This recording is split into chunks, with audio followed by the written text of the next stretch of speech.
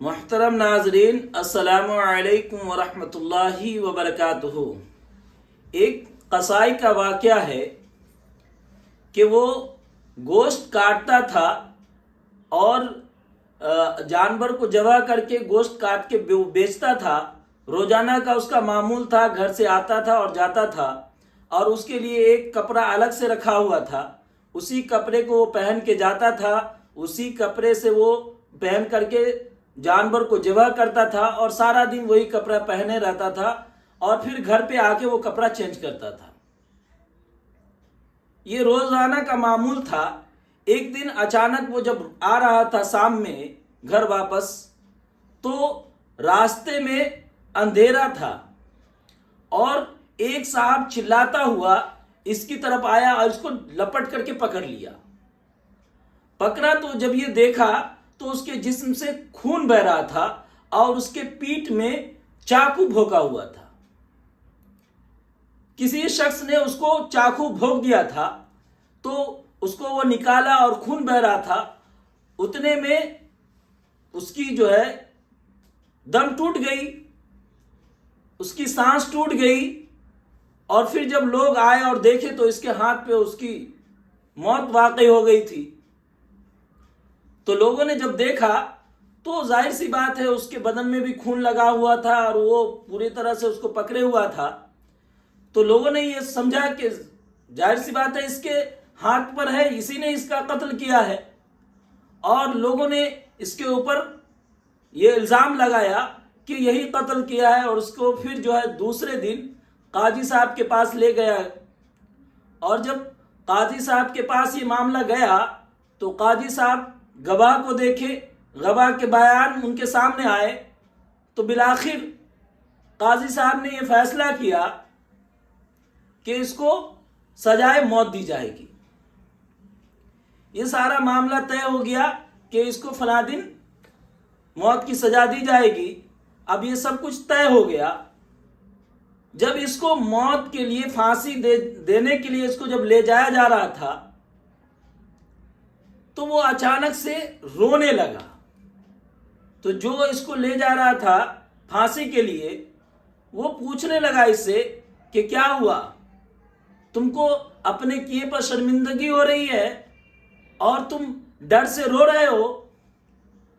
तो वो कहने लगा कसाई कि शर्मिंदगी तो हो रही है, लेकिन इसके लिए नहीं कि हमने इसका कत्ल किया है, बल्कि हमने इसका कत्ल नहीं किसी और का कत्ल किया है। अब वो जो सिपाही उसको ले जा रहा था वो बहुत हैरत में आ गया कि इसका कत्ल नहीं किया है, किसी और का कत्ल किया है। फिर वो पूरी हिस्टोरी उससे पूछने लगा, पूरा वाकया पूछने लगा कि आखिर क्या माजरा है बताओ। तो वो पूरे अपने हालात को बताया, बयान किया कि वो किसका कत्ल किया, कैसे कत्ल किया और ये सजा इसको क्यों मिल रही है। तो वो कसाई बताता है कि आज से 20 साल पहले मैं नाव चलाया करता था और नाव में लोग आते जाते थे। एक मर्तबा का वाकया है कि जब मैं नाव लगाया और फिर जब सवारी उस पर चढ़ा तो उसमें एक लड़की थी और लड़की निहायत खूबसूरत और बहुत हसीनो जमील लड़की थी। अब ये इसको इशारों में बात करना शुरू कर दिया उससे। अब लड़की जब देखी कि ये लड़का हमारी तरफ इंटरेस्टेड है और वो हमसे बात करने का ख्वाहिशमंद है, तो लड़की भी इससे बात करना शुरू कर दी। फिर इसी तरह सिलसिला ये चलता रहा और जब लड़के ने एक दिन उसके करीब आने की फरमाइश कर दी तो लड़की ने उससे साफ लफ्जों में कहा कि अगर हम तुमको इतना ही पसंद है तो तुम हमारे घर रिश्ते ले जाओ, हमारे माँ बाप से निकाह के लिए बात करो। बेगर निकाह के हम तुम्हारे करीब नहीं आने वाले और नहीं आ सकते हम तुम्हारे करीब। लगता था कि वो लड़की नेक घराने की थी और नेक थी लड़की। उसने ऐसा कहा। खैर ये चल रहा था, चलते चलते एक दिन लड़का जो है, चूंकि लड़का उसको बहुत पसंद करने लगा था और उसको उसके बगैर रहा नहीं जा रहा था, फिर उस लड़के ने उसके घर शादी का पैगाम ले गया। उसके बाप से बात की तो उसके बाप ने इनकार कर दिया, कहा कि तुम हमारे लड़की के जोड़ के बराबर नहीं हो, हम तुम्हारे साथ अपनी बेटी का निकाह नहीं कर सकते, क्योंकि तुम्हारी जो आमदनी है वो हमारे बेटी के खर्च के हिसाब से नहीं है, हमारी बेटी का गुजारा तुम्हारे साथ नहीं हो सकता। अब इनकार कर दिया। उसके बाद जो है ये दिन गुजरता रहा, ये नौका चलाता रहा, इसी तरह दिन गुजरते रहे। उसके बाद जो है 2 साल के बाद फिर वो लड़की उस नौके पर सवार होती है। अब उसके साथ एक बच्चा भी था।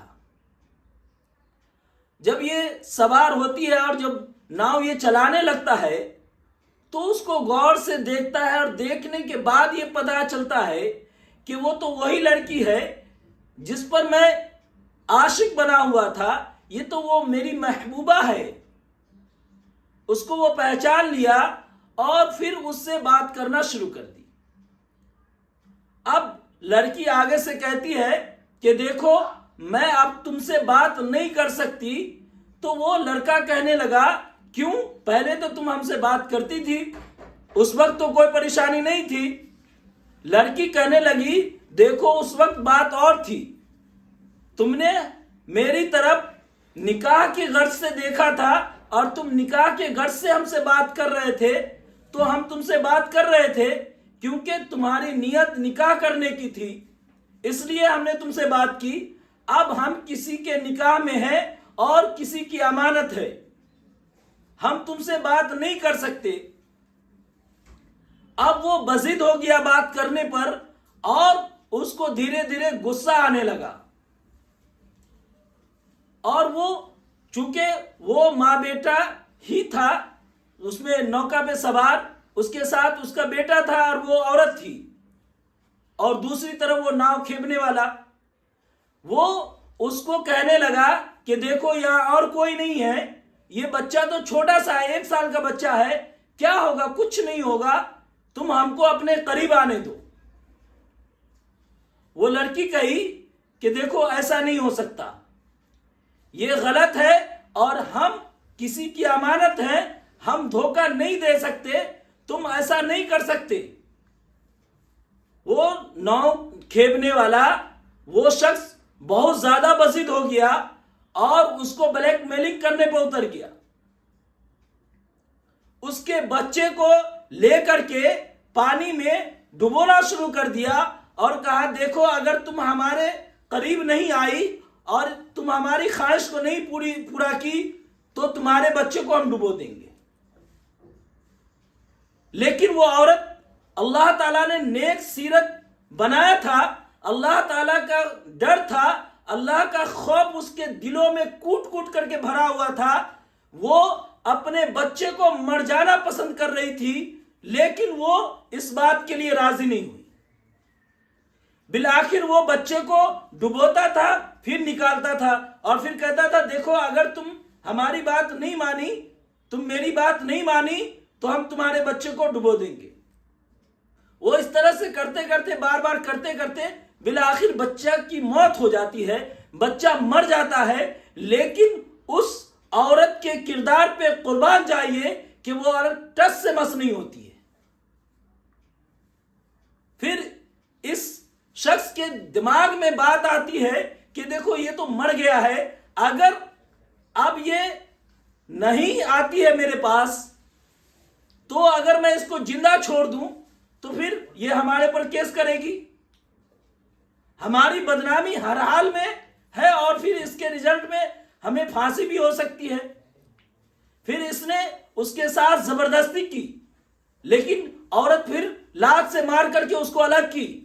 लेकिन औरत तो औरत होती है, औरत को अल्लाह ताला कमजोर बनाया है, अल्लाह ताला ने उसको नाजुक बनाया है, अल्लाह ताला ने औरत को फूल जैसा बनाया है।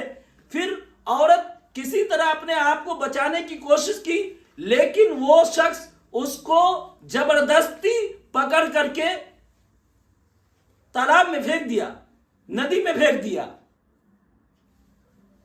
और उसको भी डुबो करके मार दिया। उसके ऊपर एक शैतानियत और वो एक दरिंदा बन चुका था। उसको कुछ दीन दुनिया कुछ नजर नहीं आ रही थी। उसने दोनों को जान से मार दिया। कुर्बान जाइए उस औरत पे कि अपने आप को मार देना पसंद की, अपने बच्चे को। हर माँ ये जानती है और हम दुनिया में देखते भी है कि माँ बच्चे के लिए जितनी भी परेशानी हो वो उठा लेती है और दुनिया के बहुत सारे तकालीफ को वो उठाना अपने लिए आसान हो जाता है अगर बच्चे के साथ कोई मामला हो तो। मां तो आखिर मां होती है, लेकिन उस औरत ने अपने इज्जत का सौदा नहीं किया। बच्चा को मर जाना कबूल किया और खुद को मार देना कबूल किया, लेकिन अपने जिस्म के साथ या अपने आप को उसके साथ सटाया नहीं, उसकी बात नहीं मानी, बिलाखिर उसको वो मार दिया। उसके बाद वो उस काम को छोड़ देता है वो शख्स, क्योंकि उसको डर था कि अगर मैं ये काम करता रहा तो कभी किसी को शक हो जाएगा और हमको जेल हो जाएगा और उसके रिजल्ट में फांसी भी हो सकता है। फिर वो काम छोड़ करके ये कसाई का काम शुरू कर दिया और आज मैं इसका कत्ल नहीं किया हूं, लेकिन इसके बाद भी मुझे सजाए मौत दी जा रही है, क्योंकि अल्लाह की लाठी बेआवाज होती है। अल्लाह ताला जरूर इंसाफ करता है। आज हमें इस बात का एहसास हो गया कि अल्लाह ताला कभी किसी के साथ नाइंसाफी नहीं करता। वो जो कत्ल किए थे हम, उसकी सजा आज हमें मिल रही है। इसको हमने नहीं मारा, लेकिन इसके कत्ल के जुर्म में मुझे सजाए मौत दी जा रही है, क्योंकि हमने उससे पहले दो शख्स का कत्ल किया, दो इंसान का, एक मां का और दूसरे बेटा का। इसीलिए शरीयत ने कहा है कि औरत को अपनी जान देनी पड़े तो दे दे, लेकिन इज्जत का सौदा न करे, क्योंकि ये जान दी हुई खुदा की है। अगर आपकी मौत आनी है तो दुनिया की कोई ताकत नहीं आपको बचा सकती है, और अगर आपकी मौत नहीं है तो दुनिया की कोई ताकत आपको नहीं मार सकती। लेकिन इज्जत चली गई तो चली गई। अल्लाह ताला हम सबको और पूरी उम्मत मुस्लिमा को और तमाम हमारी बहनें, बेटी, माएं, सबको इस वाक़ये से सीखने की जरूरत है। अल्लाह ताला सबको पाक दामनी की जिंदगी गुजारने की तौफीक अता फरमाए और सबको बाहया बनाए। आमीन। व आखिर दावाना अनिल हम्दुलिल्लाहि रब्बिल आलमीन।